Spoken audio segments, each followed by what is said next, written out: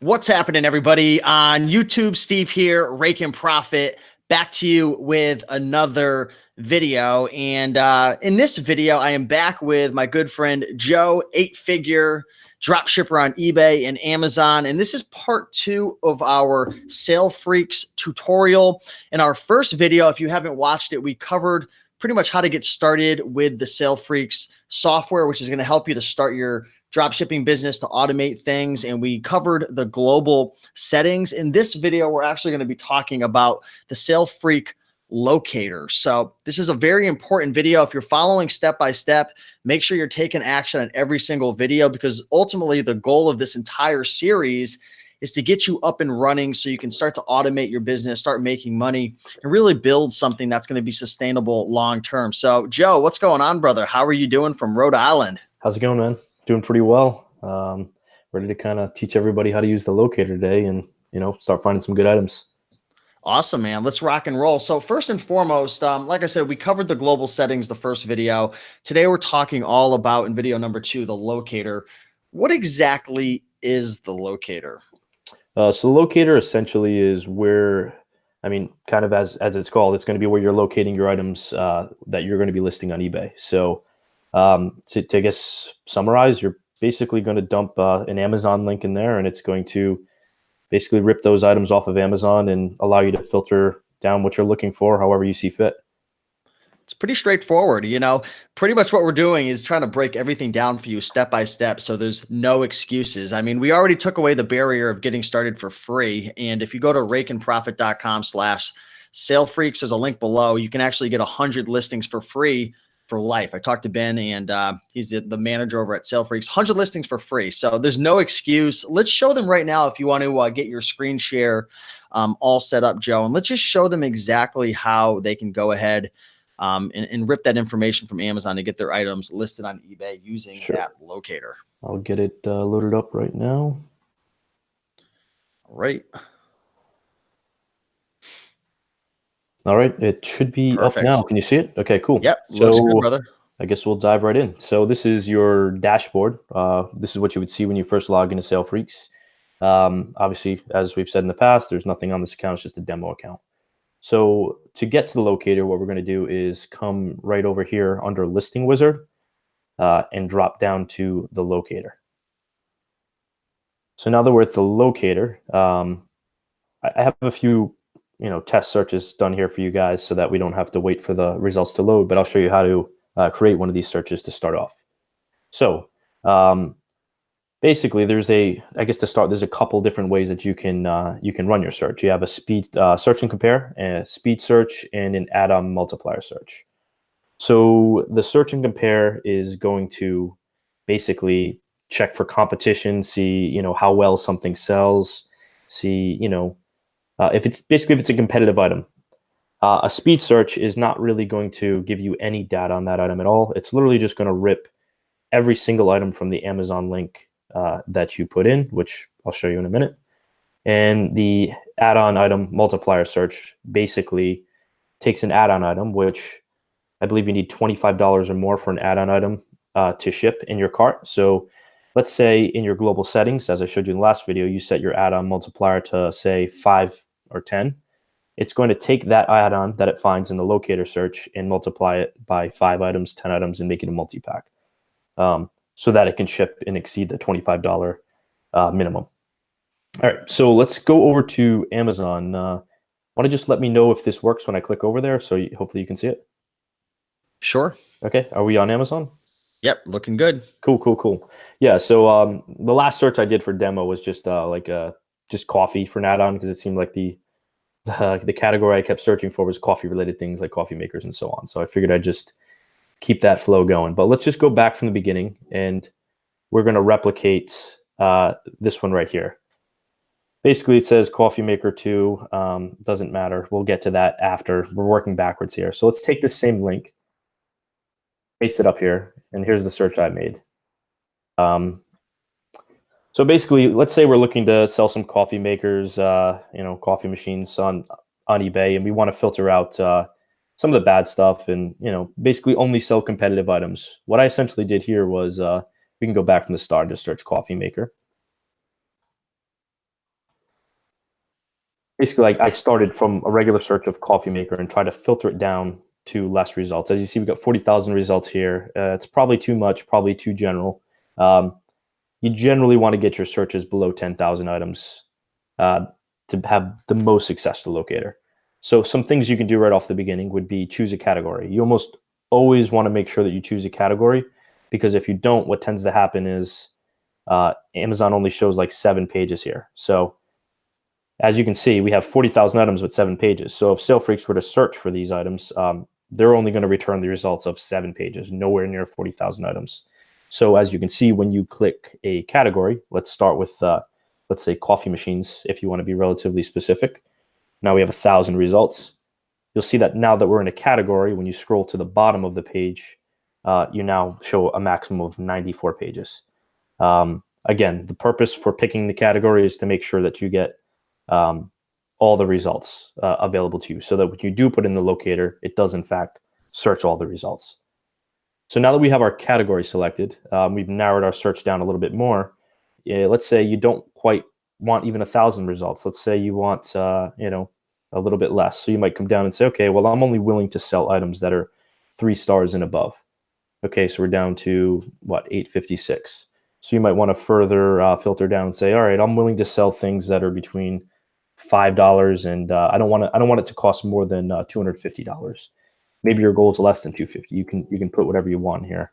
As a newer seller, you might want to avoid some of the high priced items until you get more comfortable with the platform. So let's say you were going to take that 778 items and you're content with your results here. You would go ahead and just copy the entire URL,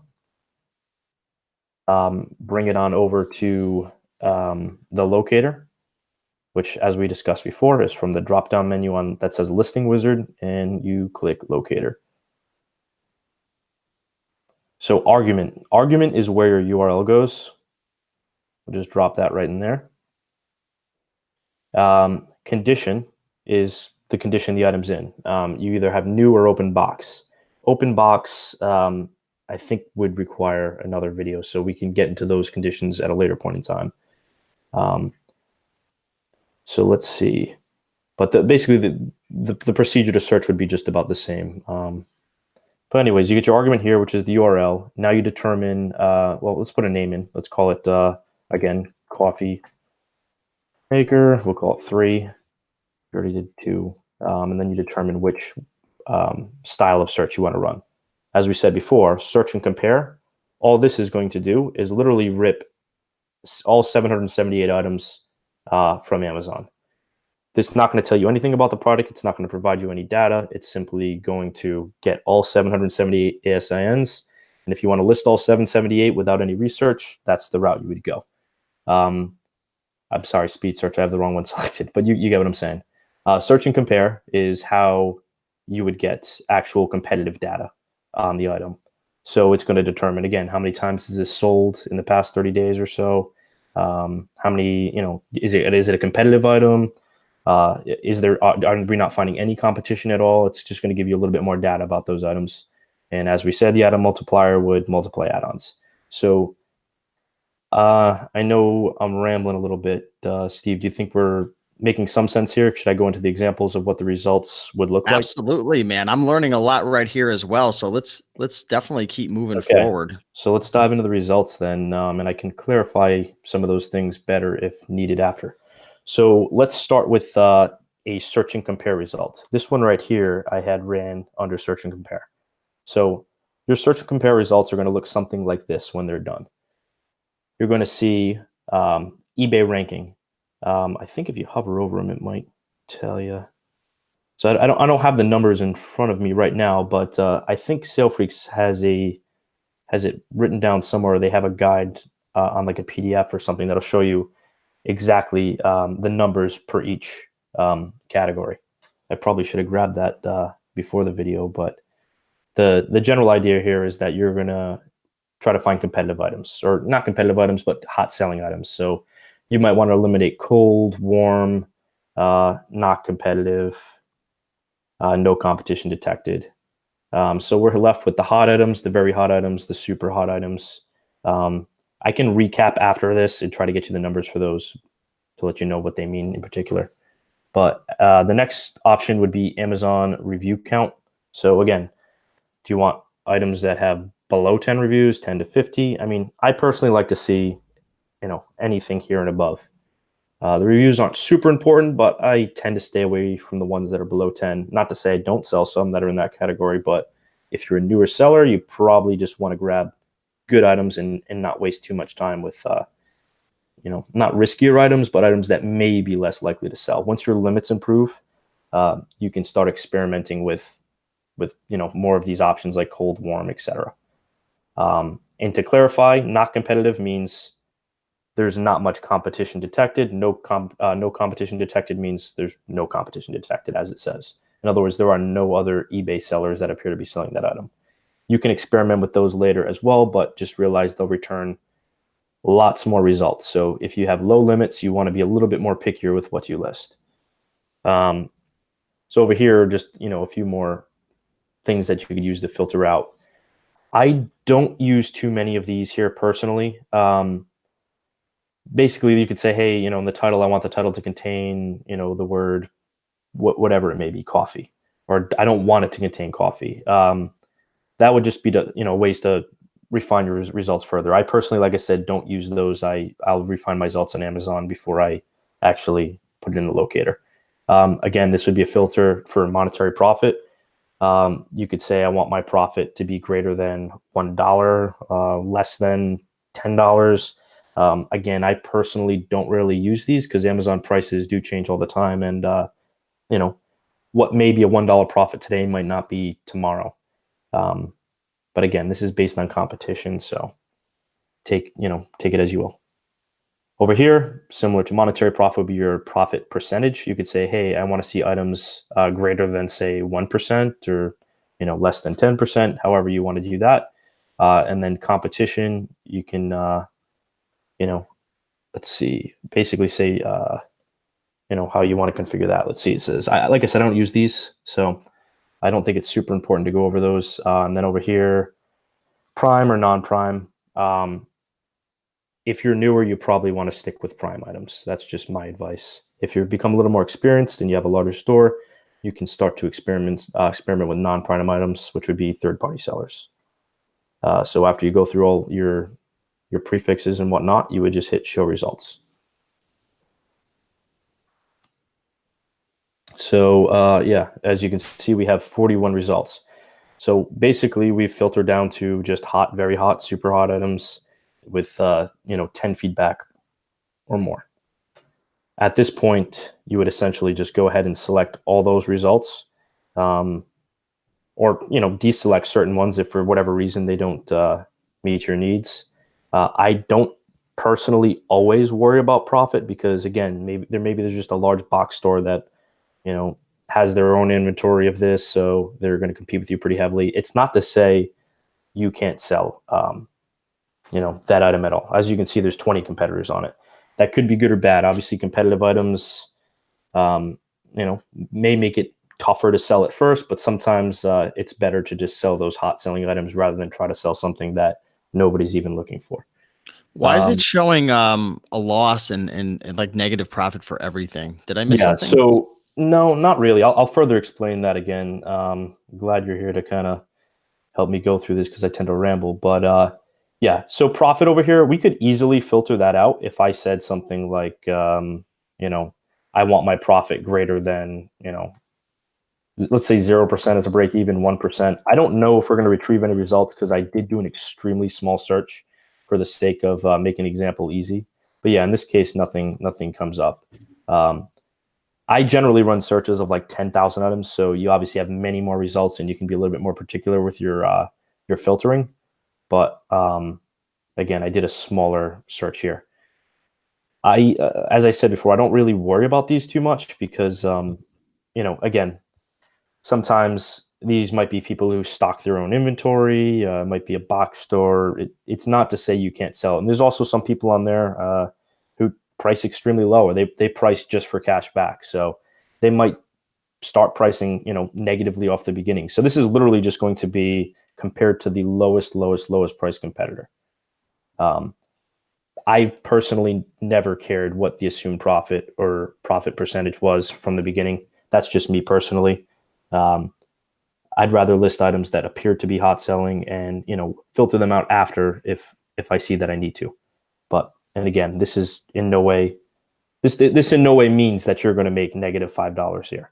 If your global settings say you want 2%, you're going to get around 2%. If you say you want 5%, you're going to price around 5%. It's simply saying the most aggressively priced competitor is around Oh, I here. see what's going on Yeah. here. Okay, so that makes sense. So for the people who haven't watched the global settings video, please make sure you watch this because a lot of this information is kind of irrelevant. Yeah. So, I mean, I guess, again, I know we rambled a little bit. I can try to just do like a quick overall summary of what we saw here. To kind of make it seem a little bit less complicated, I can do a quicker run through if Sure. that's more helpful. But Yeah, absolutely. yeah, so basically, the general idea of what we did here was we took this link or whatever link I searched at the time from Amazon. We took those results from Amazon. We brought it over here and said, based on my preferences, hot, very hot, super hot, this much feedback, etc. Oh, I forgot. I skipped the star rating, I believe. But yeah, this would just literally be, hey, I only want, again, kind of irrelevant to this search because on Amazon we did filter our star rating here. But yeah, you would pick all that stuff there. This is the results that it spits out based on your preferences. So you can make this look however you Got want. it. And again, don't focus too much on what your assumed profit is or what it says the profit is here. eBay's highly competitive. Chances are there's someone somewhere else selling the same item for less. It's, most of the stuff I sell, somebody has for less. I still sell tons of stuff. So for me, I say don't worry about this. Just worry about some hot results, list them, see if they sell. You can filter stuff out later.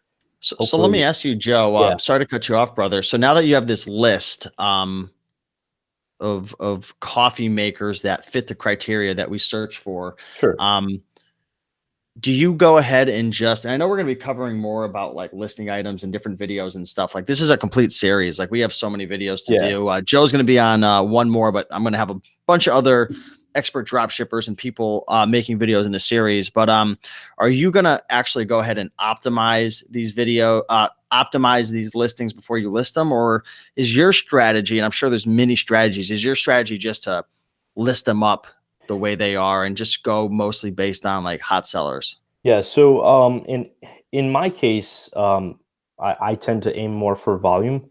I don't really worry too much about optimization. However, not to say that I wouldn't encourage that in the beginning, because I know when I first started off, I might have went through and improved upon my titles and things like that.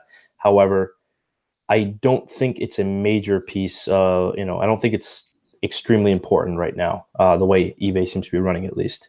So I would just focus more on putting good items on your store. You obviously can do that quite easily here by just using those filters: hot, very hot, super hot. When I was starting off, or when limits were more important to me, I like to stick to these three right here. Um, as your limits increase, let's say eventually somewhere down the road, you've got huge limits on eBay and you can afford to not gamble on the listings, but you can afford to Right. try something that's not a guarantee. You might come over here and say, not competitive, no competition detected. And it kind of throws you a little bit more in the unknown category. You don't know what you're going to get. You don't know if they're going to sell. You might find something that sells great there. You might not. But Mm. if I show the results, you'll see we get 113 now. But again, this search was relatively small. If you had 10,000 items and you have small limits, you don't want to waste 7,000 items on coffee makers, So Okay. in the beginning, until you grow your limits, I would say just focus on, hot, very hot, super hot. And usually I just get rid of the below 10 feedback one. Pretty Perfect. much right as you see it here is how I would probably do it in the beginning. And you can, with bigger searches, you can filter in profit. I don't worry about competitors, but you could start playing with profit. If you have 10,000 results, chances are you can say, hey, I want to only show items that right now show a profit of at least, I don't know, let's say 3%. That would totally work on a search with, say, 10,000 items. There's no reason you couldn't do that. And you might, cut that 10,000 down to maybe 1,000 or a couple hundred. in that particular category or search, but there's no reason you can't do that with the same criteria. I didn't use it here only because, one, we have a small search group that I worked with, and two, I personally don't use it. I never found it to be an issue. Just because it says it's somebody has it cheaper doesn't mean I can't sell it. Perfect. Yep. Cool. Anything else you wanted to cover in terms of the locator? I can show you the other two examples, which don't really require much explanation because it's either a repeat of what we went over or like speed search, for instance. We'll go over that one.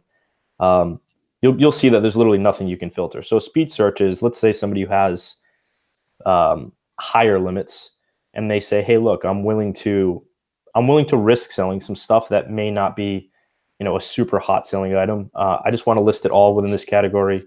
That's what you would do with speed search. The reason it's called speed search is you get your results a lot quicker. So you might be able to search 10,000 items and it might be done, in under an hour or so. Oh, wow. Yeah. So if you do a locator search, a search and compare, that one's going to take, I usually do my search and compares the day before I plan to list them. So So you let it run overnight? Yeah, let it run overnight. It won't take overnight, but for me, that's just the way I got in the habit of doing it. I'd run maybe 5, 10, 15 searches, let them go overnight, and then tomorrow they'll be ready for me to list. Perfect. Yeah. So the last one was just the add-on search, which was with the add-on multiplier, which, as we said in global settings, multiplies that add-on by however many numbers you set. And that just looks like this. It's going to look exactly the same as the search and compare one. You can filter it the same exact way as the other one. So nothing really too different there. The only difference is that, actually, I'm not sure if it is doing, it looks like add-on multiplier is similar to a speed search. So you're going to take a gamble on those, if you will. But I've had some pretty good success with it so far. So it's something you can play with down the road if you become a little more experienced. I'd say wait to do these until you're more experienced, because you could get a purchase issue if, let's say, it's a $3 item and 5 of them still doesn't make a $25 cart. But good advice. Any other questions or things you think I should clarify a little bit better? I think you did a great job. Yeah. I mean, I'd say I'm just right trying to remember now, how I used it before, because No, I obviously get it. I'm on autopilot these days. But No, I would just highly encourage people to, again, sign up for a free account. There should be a link in the description, or go to rakeandprofit.com/salefreaks. yeah, And again, you'll get 100 free listings. So what I would do, like Joe was saying, was make sure, especially if you're on a budget starting Sale Freaks, or if your limits aren't very high on eBay, I would really go after like the hot selling items, like Joe was saying, optimize them. You want to use your listings sparingly, right? At first, especially if you're on a budget and a listing, budget. yeah, no, So absolutely. Let me see if the screen sharing's back off. I can put it back on if you need it. But yeah, yeah, I would say can use see 'em. your items sparingly. Again, apologize if I rant a little bit too much. No, man, you Not went into used to detail, man. That's teaching, important. but yeah, use them sparingly. I'm sure later videos will explain how we can get rid of items that didn't sell. It's not the end of the world. If you put something up that doesn't sell, it's, we can remove it later and replace it with something else. It's there's no perfect science to it. It's Got not it. like, damn, only 5 items sold from this 100, item batch. That's all you want, is to find some great sellers with every search. You'll find that some of your great sellers will carry on probably for years to come. I mean, I know I have stuff that I still sell that I sold maybe 5 years ago. So, Oh, wow. yeah. So you're just looking for a few good ones here and there, and you keep layering upon that as time goes on. So Awesome. yeah. Well, thanks so much, Joe. Hopefully everybody enjoyed this Sale Freaks tutorial by Joe on the Sale Freak Locator. Again, be sure to get your free account, start playing around with this. And in our next video, we're going to be talking about the listing generator. How does it work? How many items you can list? How to solve listing errors? So we're going to kind of dive deeper into that. So yeah, you excited for that video, Joe? Ready to go. Absolutely. All right. So yeah, be sure to follow along for more videos. And if you enjoyed this video, like, comment, and subscribe. We'd love to know how you're doing on your drop shipping journey. Where are you from in the country? Joe's from Rhode Island. I'm from Connecticut. Let us know in the comments, and we'll see you in the next video. Thanks, Joe, and thanks everybody for watching. Thanks. Take it easy.